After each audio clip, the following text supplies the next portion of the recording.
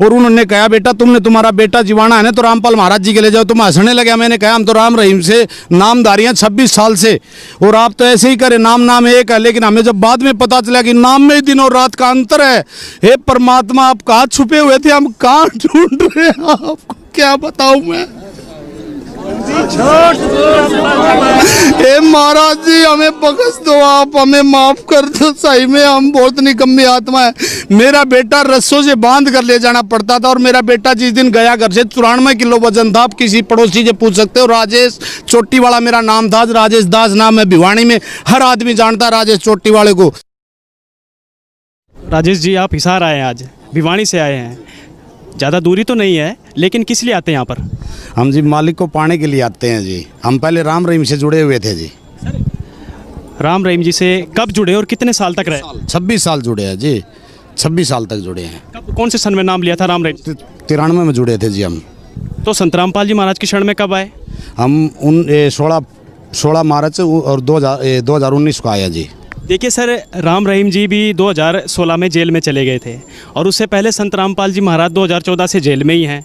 तो सर, एक जेल वाले बाबा को छोड़कर दूसरे जेल वाले संत की शरण में आए, आखिर क्यों आए? इतने सारे बाहर घूम रहे, उनकी शरण में चले जाते। ज़रूरी है कि ऐसा करना? हमारी बहुत लंबी कहानी है जी, मैं छोटा सा करके बताता हूँ कि राम रहीम का और हमारे जो गुरुजी रामपाल जी महाराज जी हैं, परम जो अपने मालिक हैं, उनकी लीला और उनकी लीला में दिन और रात का फ़र्क है। वो तो नाचने गाने वाले बाबा जी हैं, और एक वो सेब संतरे टोकरी, वो हरी मिर्च प्याज, वो 2,500-3,000 हज़ार की बेचते हैं। और हमारे गुरुजी तो फ्री में भंडारा, और जो आने जाने वाले हैं ना जी, रास्ते में भी बांधते हैं उनका बेटा ये ले जाओ और ये ले जाओ और ये ले जाओ, और दोनों हाथों से माया और सब कुछ, और सारे सुख और दुख सारे अपनी तरफ तो ले लेते हैं। दुख और सुख देते हैं, बेटा तुम दुख लेते रहो। वो जेल में हमारे लिए हैं जी, गुरुजी जेल में नहीं है। जेल में तो हम लोग हैं जो कि आज जो यहाँ घूम रहे हैं।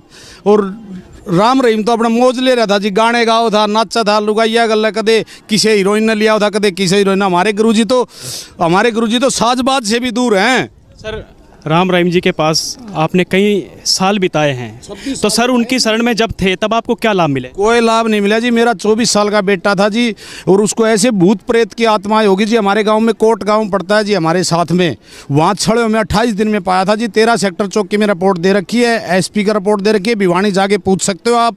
साइबर से पकड़ा गया वो मेरा बेटा। फिर वो हमारे को एक माई मिली, वो स्वयं ने भेजी जी, मालिक ने भेजी, रामपाल जी महाराज जी ने। दोसा की वो दोसा कहाँ, भिवानी कहाँ है, चौकी में क्या लेने आई वो स्पेशल हमारे लिए आई। और उन्होंने कहा बेटा तुमने तुम्हारा बेटा जीवाना है ना तो रामपाल महाराज जी के ले जाओ। तुम हंसने लगे। मैंने कहा हम तो राम रहीम से नामधारी हैं 26 साल से, और आप तो ऐसे ही करें, नाम एक है। लेकिन हमें जब बाद में पता चला कि नाम में ही दिन और रात का अंतर है। हे परमात्मा, आप कहाँ छुपे हुए थे, हम कहाँ ढूंढ रहे हैं, आपको क्या बताऊँ मैं। हे महाराज जी हमें बख्श दो, आप हमें माफ कर दो। सही में हम बहुत निकम्मी आत्मा है। मेरा बेटा रस्सों से बांध कर ले जाना पड़ता था, और मेरा बेटा जिस दिन गया घर से 94 किलो वजन था। आप किसी पड़ोसी से पूछ सकते हो। राजेश चोटी वाला मेरा नाम था, राजेश दास नाम है। भिवानी में हर आदमी जानता राजेश चोटी वाले को।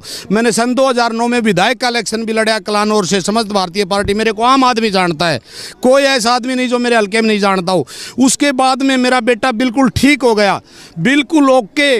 आज मालिक की दया से आया हुआ है, यहीं घूम रहा। उसके बाद से 3 साल से केस चला हुआ था मेरे बेटे का अपनी मिसिज के साथ। उनका कोई झगड़ा नहीं था, मेरा और मेरी समधन की थोड़ी तू मैं होगी थी। इसलिए हमारे बेटे 2.5-3 साल तक दूरी बनाए रखे। और हमने एक बार मैं जोधपुर सोया हुआ था, जोधपुर में कोई काम से गया था, तो महाराज जी से मैं सोच रहा मन में, महाराज जी क्या रहेगा पुत्र वधू का, और मैं तो दूसरी जगह रिश्ता भी देख लिया मैंने तो, और उसकी रमेणी करानी है। तो महाराज जी मैंने सुबह 4 बजे मैं है ना जी आरती सुनता हूँ, तो मैंने आरती सुनी, तो आरती सुन के जैसे नाम जप के मैं सो गया, तो महाराज जी 5 और 6 के बीच में मेरे पास आए। ये एक सच्चाई है, मैं आपको क्या बताऊं, मैं हनुमान नहीं हूं जो छाती पाड़ के दिखा दूं। एक सच्चाई है ये, और मेरे साथ बीती हुई है, आप किसी से पूछ लेना। तो जैसे गुरुजी आगे एक तख्त पे बैठ गए सफ़ेद, मैंने कुछ बातें करी घर की। फिर बोला अच्छा बेटा मैं जा रहा हूँ, ये एक सच्चाई है बेटा जा रहा हूँ। मैं बोला गुरुजी वो एक केस चल रहा है बेटे का और पुत्र वधू का, तो मेरे दोनों हाथ ऐसे चुम्मे। नुबला निकम्मा, बेटे की शादी मत कर देना, वही बहू आएगी। आज 3 महीने बाद 1 तारीख को फिर हमने नए साल पर 1 तारीख तारीख को फिर प्रार्थना लगाई गुरुजी से, और गुरुजी बोले कि बेटा मालिक दया करेंगे। और जिस दिन प्रार्थना लगाई क्या तो हमारी पुत्र बधू कहती थी 1 2 3 मैं जाऊंगी नहीं, आई हुई है यहीं, अभी मेरा पोती भी हो रही है, बोले मैं जाऊंगी नहीं 1 2 3 चोटी वाले के घर नहीं जाऊंगी, मेरा चोटी वाला मेरा नाम था, आज तो मैं राजेश दास हूँ। ठीक है जी। तो वो 1 तारीख से जिस दिन प्रार्थना लगाई उस दिन से वो नू कहने लगी, अब की मम्मी को बता रही है, मम्मी मैं ऐसे कर रही हूँ, जैसे ऐसे आ गया मेरे अंदर जैसे कि मैं सारे कुंबे की कोड़ी भर भर के रो लूँ, हे परमात्मा बंदी छोड़ की जा। और 6 तारीख को भिवानी कोर्ट में केस चला हुआ था, आप जाकर के आप तसल्ली कर सकते हो, लास्ट तारीख थी वो। उस दिन मेरे बेटे का और मेरी बहू का तलाक हो जाना था, मेरी बेटी से भी भड़के है मेरी बहू, लेकिन वो 6 तारीख को कोर्ट में आई, लेकिन चैम्बर में नहीं गई जज साहब के, और वहीं बैठी रही। तो मैं उधर से लिकड़ा, भाई आए क्यों नहीं, तो मैंने फिर इनको बुला लिया, ये गाड़ी में बैठ गए थे जाकर क्या, मैंने इनको बुलाया, बहू आई हुई है मिलो, और बहू हमारे कोड़ी भर भर के रोने लगी, हे बंदी छोड़।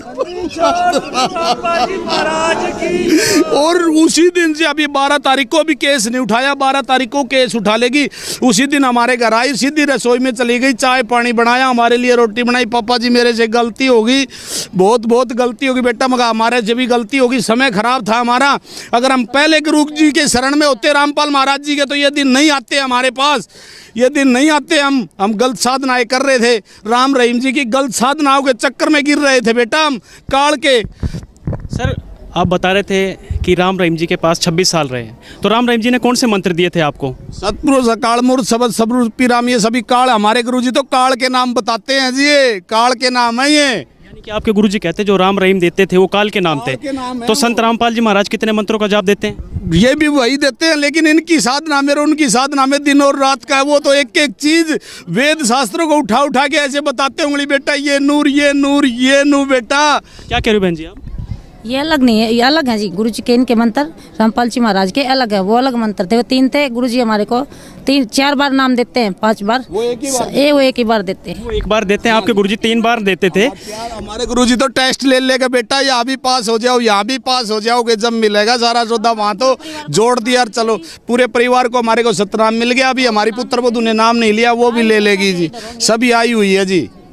बहुत सर संत रामपाल जी महाराज के शरण में जब आए तो आपको और क्या विशेष लाभ मिले? मेरे को तो ऐसे जी, सबसे बड़ा तो ये मेरे घर मेरी बेटी आ गई जी, मेरी पोती आ गई, मेरा बेटा ठीक हो गया जी, हैं जी। और एक दिन तो मेरी गाड़ी ख़राब हो गई जी, अभी मैं आया हुआ था जी नसीराबाद गया हुआ था, अभी मेरी गाड़ी ख़राब हो गई तो अजमेर से वो मिस्त्री बुलाए जी, अजमेर से वो इलेक्ट्रिक गाड़ियाँ हैं आजकल, वो चेक करी तो उन्होंने कहा 25,000 रुपये का खर्चा है।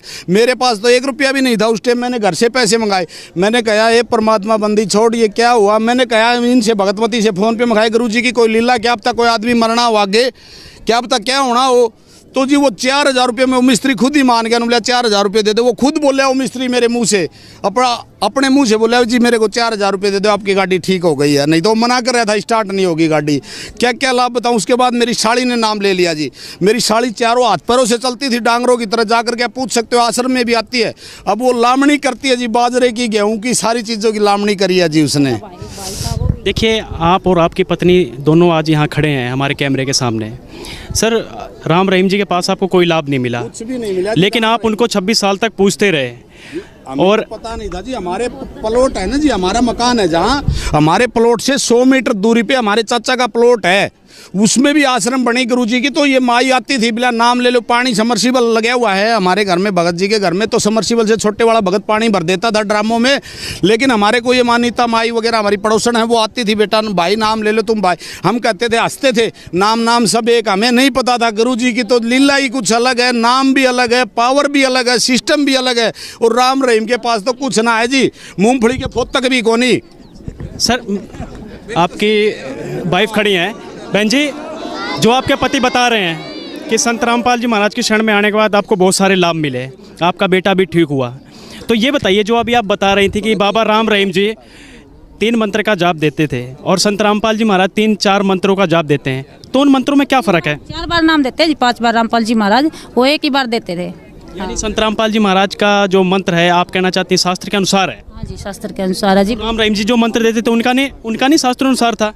नहीं जी, बड़ा भाई था जी मेरे से छोटा, वो दिल्ली एयरपोर्ट पे है, तो उसकी भी पता नहीं जिसका क्या हो रहा था, एक्सीडेंट हो था एक बार, तो ऐसे नाड़ हिलती थी, उसको ड्यूटी से निकाल देते थे। अब उसने हमारे बाद उनने नाम ले लिया, वो बिल्कुल ठीक है परमात्मा। बहन जी, हम आपसे ये पूछना चाहते हैं कि संत रामपाल जी महाराज कोई नाच गाना करवाते हैं, जैसे कि ये आपके पति जी बता रहे थे कि राम रहीम जी नाचते थे, गाते थे। नाचने गाने में क्या बुराई है जो संत रामपाल जी महाराज छुड़वाते हैं? बुराई है जी, बुराई है जी। वे तो है नहीं तो इतने दिन से नाम ले रखा था तो फायदा होता, खूब फायदा होता, कुछ भी नहीं। क्या बता रहे सर आप? ये पहले राजे महाराजाओं के टाइम में हमारे गुरु जी बताते वेश्याएं करती थी ये काम जो राम रहीम कर रहा है।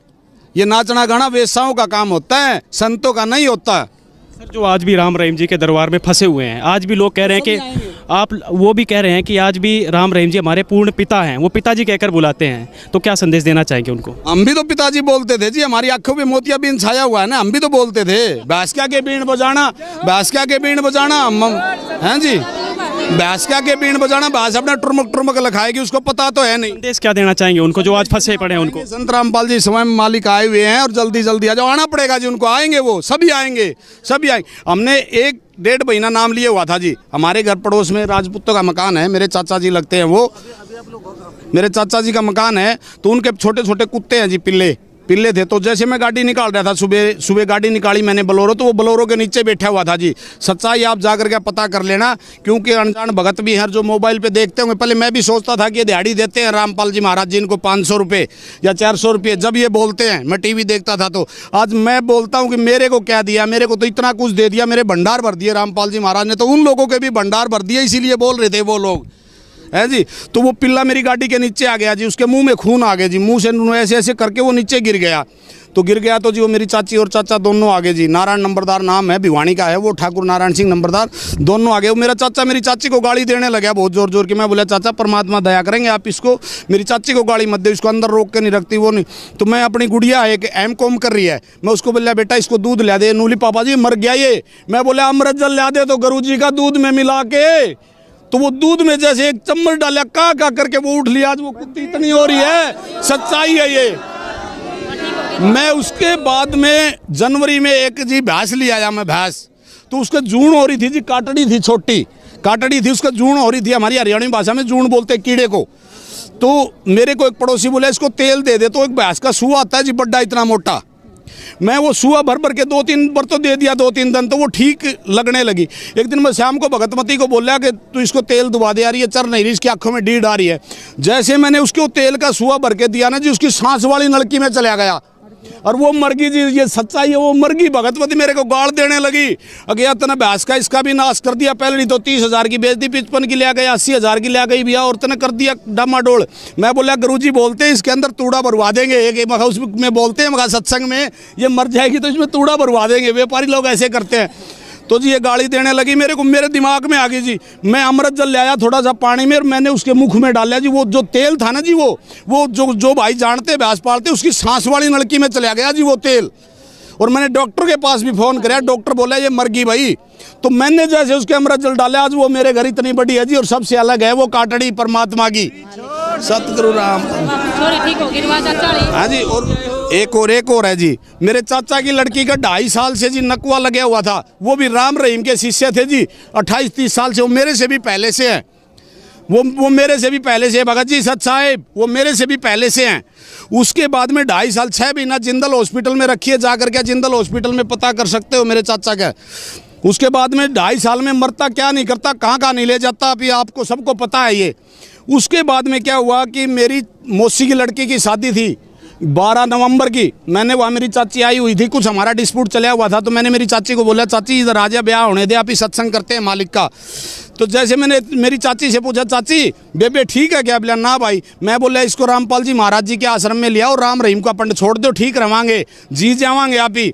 तो अनुली भाई तेरे चाचा को समझाना। एक दिन फिर मेरी गाय खूगी जी, मैं ढूंढ रहा था मेरी गाय खूगी। तो मैंने सोचा गाय तो पा जाएगी, पहले सत्संग कर लेना गुरु जी का। वहाँ जाके मैंने अरदास लगाई, मैं मोटरसाइकिल पे था, गुरु जी आप गाय ढूंढ के लाओ, मैं आपकी चर्चा करके आता हूँ। मैं इतना सवार थी हूँ, मैं गुरु जी को भेज देता हूँ कहीं भी मेरे काम, ये सच्चाई है जी। तो जैसे कि 3 रोज हो गए थे गाय खुई हुए, मैं चला गया, मेरे चाचा मिल गए, मेरे चाचा भी बोले भाई शाम को चलेंगे, मैं शाम को ले आया जी। जिस दिन वो मैंने गाड़ी से उतारी नाम दीक्षा केंद्र के आगे, वो जैसे उतारी तो उसके पैर के यहाँ जी गाड़ी की कोई नोक लगी, खून आने लगे। उस बेबे को ये नहीं पता चला कि मेरे खून आ रहे हैं। लैटरिन पैसा मैं कर देती थी। मैं बोला बेबे खून आ रहे हैं, भाई मेरे को नहीं पता। मैं बोले पैर मारे कोई ने। उसको नाम दीक्षा केंद्र ले जाके गुरुजी को जहाँ मैंने ले गया स्थान पर, वहाँ मैं रेडी, वो नहीं होती स्टेचू से रेडी रिक्शा, उसमें लेके गया। उसके बाद क्या हुआ, आज उन्होंने 3 महीने नाम लिए हुए हैं, अभी सतनाम नहीं मिला। वो मेरी बेबे खुद नहा लेती है और खुद बताती है, और 100-150 मीटर 200 मीटर अपने आप चलती है डंडी से। सच्चाई है। पालवास गांव में आकर के महेंद्र का मकान पूछ लेना किसी से भी, राजेश चोटी वाला भिवानी में किसी से पूछ लो, आश्रम में पूछ लो, जाकर के देख लो अपनी आँखों से। सर बहुत लोग आज फंसे हैं अन्य संतों के पास, तो सर क्या कहना चाहेंगे उनको जो आज भी दुखिया थे, बहुत भी दुखी हैं आपकी तरह, जिस तरह आप दुखिया थे, तो क्या संदेश देना चाहेंगे उन लोगों को आप? मैं तो क्या संदेश दूंगा जी, परमात्मा का एक बहुत छोटा सा दास हूँ जी। मैं तो ये कहता हूँ नकली संतों को छोड़ दो, स्वयं परमात्मा आए हुए हैं। और मैं भी बोलता था, मैं भी इतनी निकम्मी आत्मा था कि दूध में नायोडी खीर खाया है, रामपाल की जलेबी खाया है। ये परमात्मा एक आज एक वो मुँह हमारे को भी दे जाओ, हमारी गति हो जाएगी। सही में सच्चे बात है ये। बहुत बहुत धन्यवाद। हाँ जी, सच साहेब बंदी छोड़।